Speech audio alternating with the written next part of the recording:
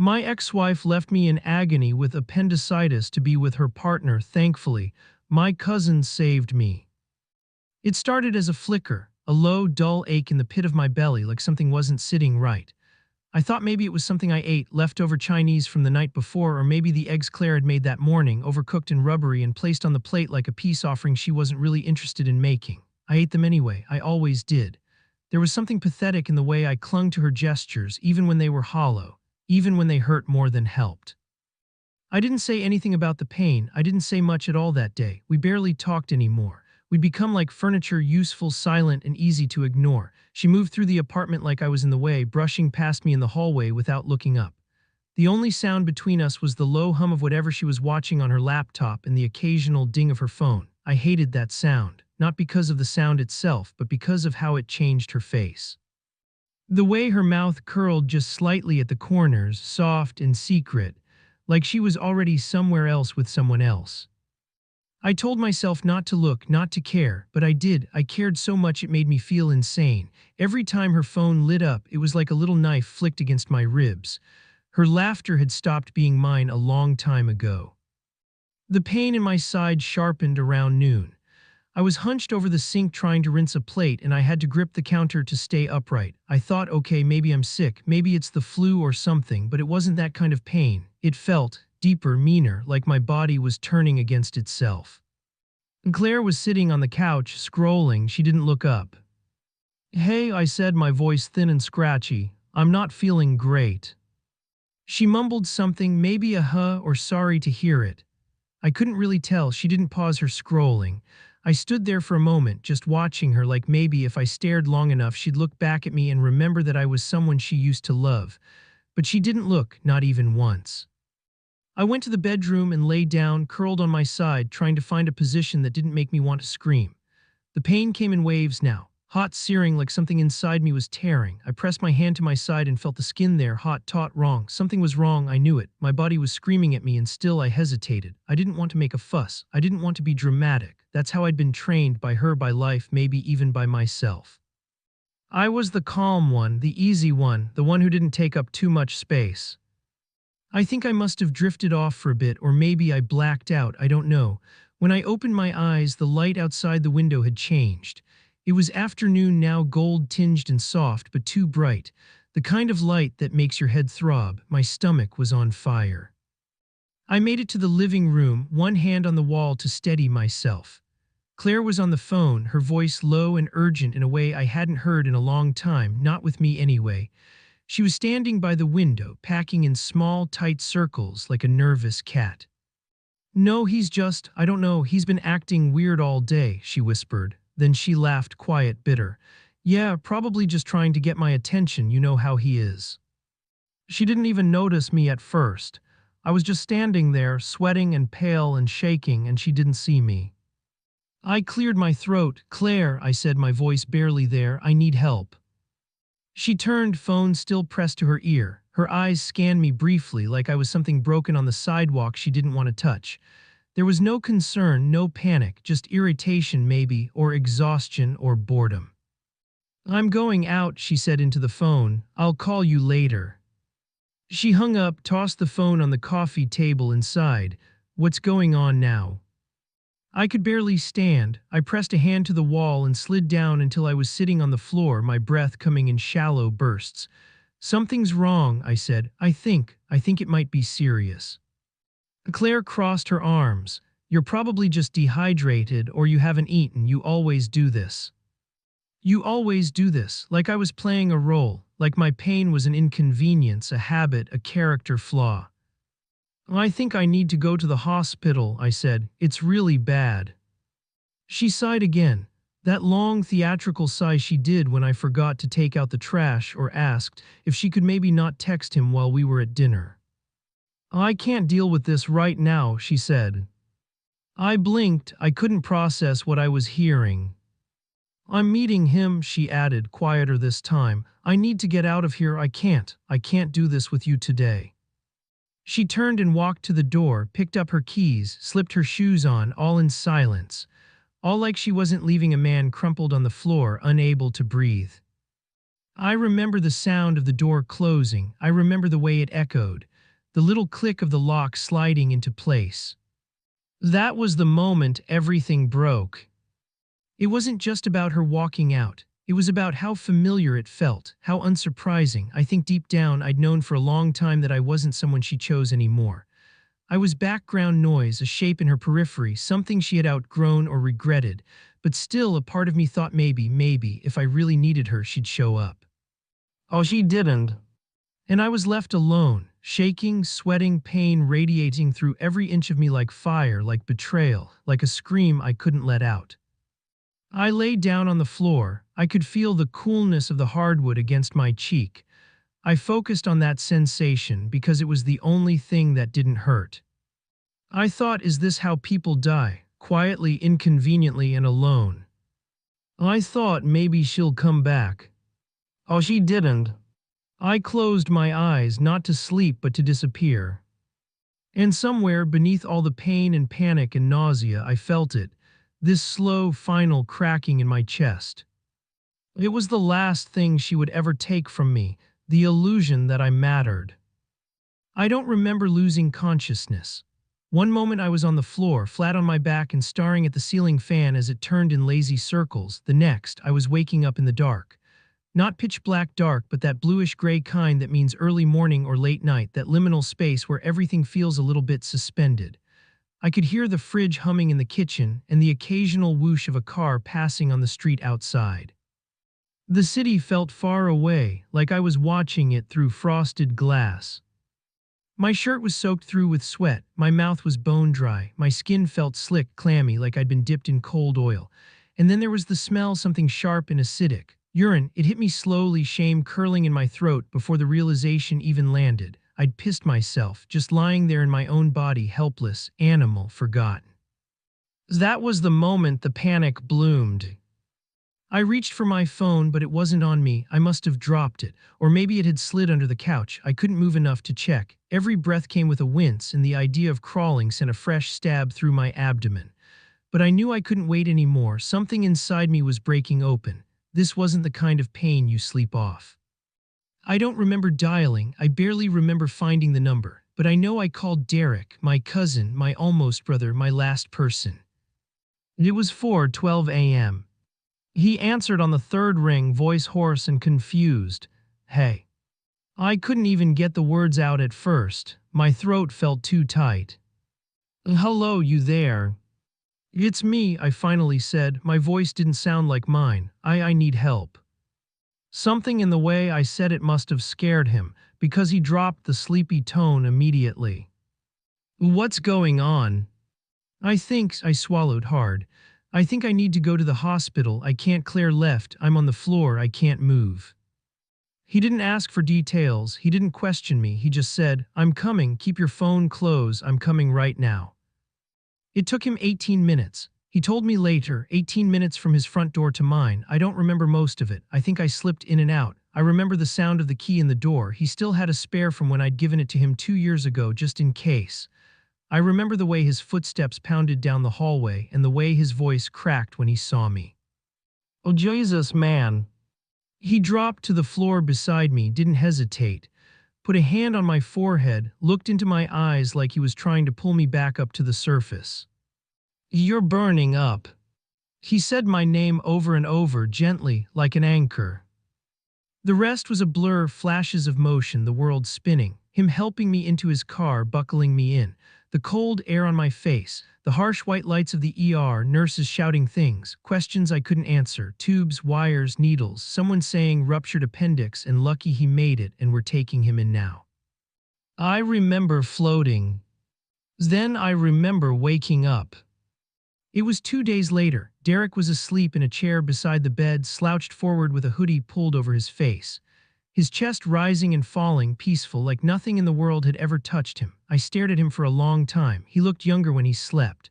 Not the man with the job and the mortgage and the grown-up life, but the boy who used to sit on my shoulders at the lake, laughing until he choked. The monitor beside me beeped in soft, steady rhythm. There was a bag of clear fluid hanging on a stand to my left, connected to my arm. I could feel the tug of it whenever I moved. I didn't cry. Not yet. The doctor came in a few hours later, told me I'd been lucky. The appendix had ruptured, but they'd gotten to it just in time. If I'd waited a few more hours, things could have turned: sepsis, organ failure, death. I nodded while she talked. I said thank you. I even smiled, I think. But the whole time, all I could feel was this hollow space inside me, like a sinkhole where something used to be, dignity maybe, or hope. Claire hadn't shown up, not even a text, not a call. The last thing I had from her was still sitting there on my phone: hope you're okay. 5 words. The next day, Derek came back with coffee and an extra sweatshirt. He didn't ask about her. He didn't even say her name, and I was grateful because I couldn't yet. I couldn't speak it out loud. Doing that would make it real, would turn it into a shape I'd have to carry. He set the coffee on the tray beside me and said, "You scared the shit out of me." "I scared myself," I said. That was the truth. I didn't know who I was anymore, not really. I had built a life around someone who would walk over my body to get to someone else. Someone who would step out the door and never look back. And the worst part, I didn't blame her, not entirely. I blamed me for staying, for shrinking, for ignoring the signs, for thinking love meant endurance, for waiting too long to say this is killing me out loud. The hospital room was cold, clean, neutral, and somehow that felt like more home than the apartment had in years. At least here people noticed when I was in pain. I lay there and watched the sun rise through the tiny window, pale gold bleeding into slate blue. I was alive, but I didn't know what came next. All I knew was this: I couldn't go back, not just to her, but to who I'd been with her. That version of me was dying long before the appendix burst. This was just the moment I stopped pretending otherwise. The text came on the third morning in the hospital. I was sitting up for the first time, propped against a pillow that didn't quite hold me the way I needed, trying to sip weak tea that tasted like metal and loneliness.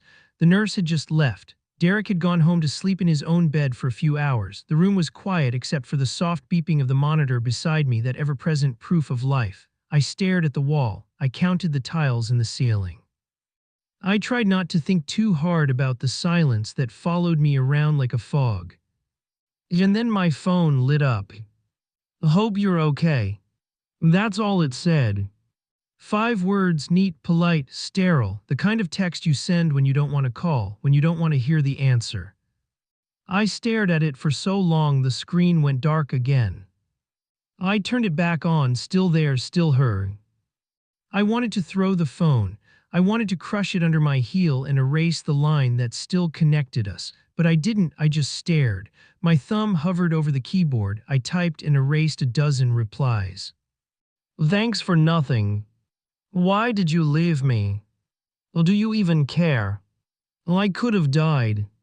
None of them fit. None of them felt big enough or sharp enough or honest enough. I wasn't even sure what I wanted from her: an apology, an excuse, something I could hold in my hands and call closure. I let the phone drop onto the blanket beside me. When Derek came back later that morning, I didn't tell him about the text. Not yet. I wasn't ready to say her name out loud. It still tasted like blood in the back of my throat. He sat beside me with a bag of food that smelled like something real: bagels, eggs, coffee that had actual caffeine in it. I hadn't eaten more than soup in days. The smell made my stomach tighten with hunger and nausea at the same time. "She texted," I said finally, the words falling out of me. He didn't look up from the bag. "Yeah. Just one line: hope you're okay." Derek paused, unwrapped a sandwich slowly. "You gonna answer?" I shook my head. What would I even say? He didn't respond right away, just chewed for a while like he was considering whether I was ready to hear the truth. Then he looked at me, really looked, and said, "If she cared, she'd be here." That sentence hit me like a slap, not because it was cruel, but because it was true. I looked away, out the window. "I still don't know why she left." "She didn't leave today," he said. "She left a long time ago. You just finally saw it." It was that sentence, the finality in it, that cracked something open in me. I didn't cry like in the movies. No sobs, no dramatic breakdown, just this tight, slow leak of salt from my eyes as I stared at the city's skyline beyond the glass. I didn't wipe the tears, I just let them come. Let them be what they were. Derek didn't say anything else. He didn't have to, he was just there, and that was enough. Later that day, when the nurse stepped out and the hallway quieted down, I pulled the phone back out and looked at the message again. It didn't sting anymore, not like before. Now it just felt hollow, like a postcard from a life I no longer lived. I opened the message. I let the screen hover in my hand for a second, then I hit block. Not out of spite, not even out of anger, but because I was done waiting.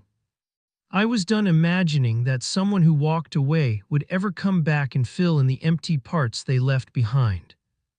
I thought about all the times I had softened myself to keep her comfortable.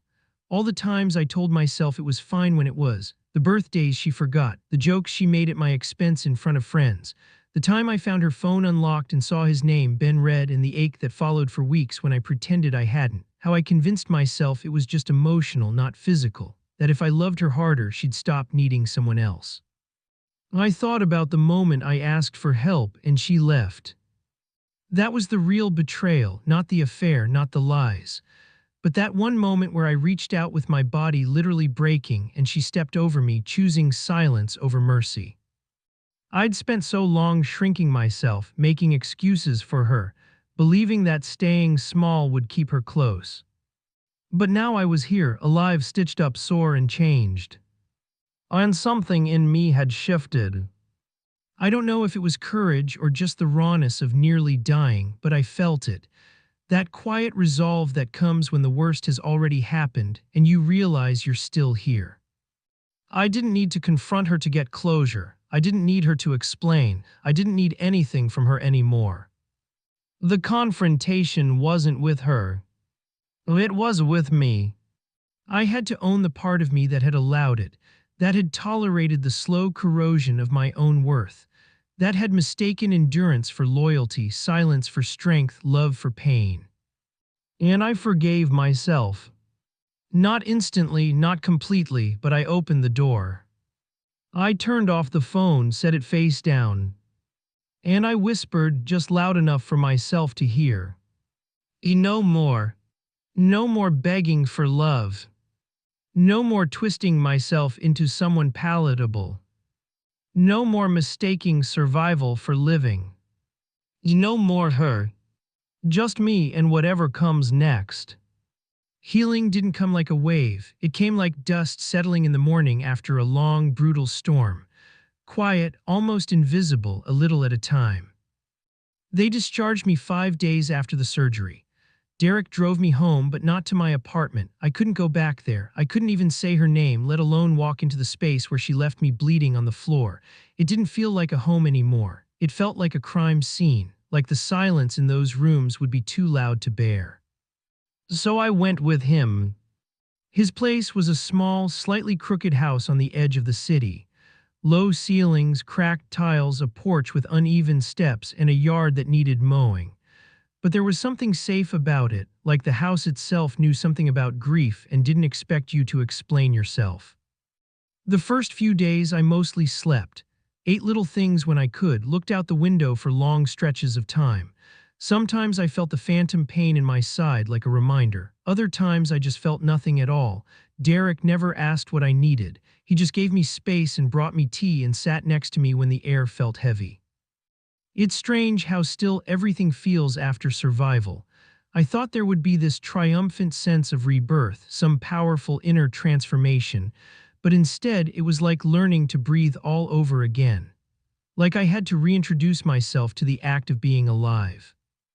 Every morning I made coffee, not because I wanted it, just because the sound and smell reminded me I had a body and that it needed things. The routine anchored me. I'd open the window, let in the cold, and just exist. Some days I walked just up the street and back. The first time I made it 3 houses before I had to sit on the curb and breathe, but the wind on my face felt like something. It felt like proof I was still here. My feet still touched the ground. I started seeing a therapist 2 weeks after the hospital. Derek drove me to the first session and waited in the parking lot. I didn't say much that first day. I mostly sat with my hands balled into fists and tried not to cry. But the therapist, Janice, didn't push. She just looked at me like I was allowed to be broken, and for some reason, that made the words start to come. I talked about Claire, about how long I'd been shrinking to keep her close, about how I learned to apologize for taking up space, about how I mistook neglect for normal until it nearly killed me. I talked about how stupid I felt, how ashamed, how I still sometimes woke up at 3 a.m. with her perfume in my nose and the sound of the door clicking shut replaying like a loop in my head. Janice nodded. She said, "Sometimes survival looks like collapse." That line stayed with me. Somewhere in the quiet, I stopped waiting for an apology, not just from Claire, but from life, from the world. I stopped needing the pain to make sense. I let it sit beside me instead of inside me. I journaled, I cooked, I read old books I hadn't touched since college. I bought a plant, a scraggly pothos from a sidewalk vendor, and named it Calvin. Taking care of something living made me feel responsible for my own aliveness, too. I watered it every morning, even on days I forgot to shower or eat. Claire didn't reach out again. I didn't check her social media, didn't ask mutual friends, didn't drive past the old apartment. That part of my life became a closed room, still part of the house, but one I no longer entered. Once, late at night, I thought about unblocking her number, just to see if she'd said anything else. I held the phone in my hand for a long time, thumb hovering over the settings, but in the end I put it down. I didn't need her words anymore. I didn't want anything that would pull me back into that version of myself. I was learning to live without the ache. Slowly I started laughing again, first quietly then fully. Derek noticed. He started suggesting stupid movies on purpose just to hear it again. "You sound like you again," he said once. "Feels like I'm meeting me for the first time," I replied. It wasn't dramatic, it wasn't cinematic, but it was real. The healing wasn't clean. I still had nights where I lay awake with my hand over the scar, tracing it like a map. I still wondered what it would feel like to be truly chosen by someone, but those thoughts didn't define me anymore. They were just passing clouds, not permanent weather. Eventually, I moved into my own place. A tiny one-bedroom with too much light and creaky floors and a second-hand couch that smelled faintly of incense. It wasn't much, but it was mine. Every dish I put away felt like a declaration. Every framed photo, every book on the shelf, every breath I took in the stillness, mine. Some days I still thought about the floor, the way it felt that day, cold and hard beneath my body. The way the light hit the corner of the room, the silence that came after she left. And when I did, I didn't flinch. Because I wasn't that man anymore. I had been broken, yes, but I had also been rebuilt. Piece by piece, step by slow, painful, beautiful step. Not into something perfect, but into something honest. And now when I wake up, I stretch my arms, feel the weight of my own body, and whisper something I never used to believe. I am here. I am mine. I am enough.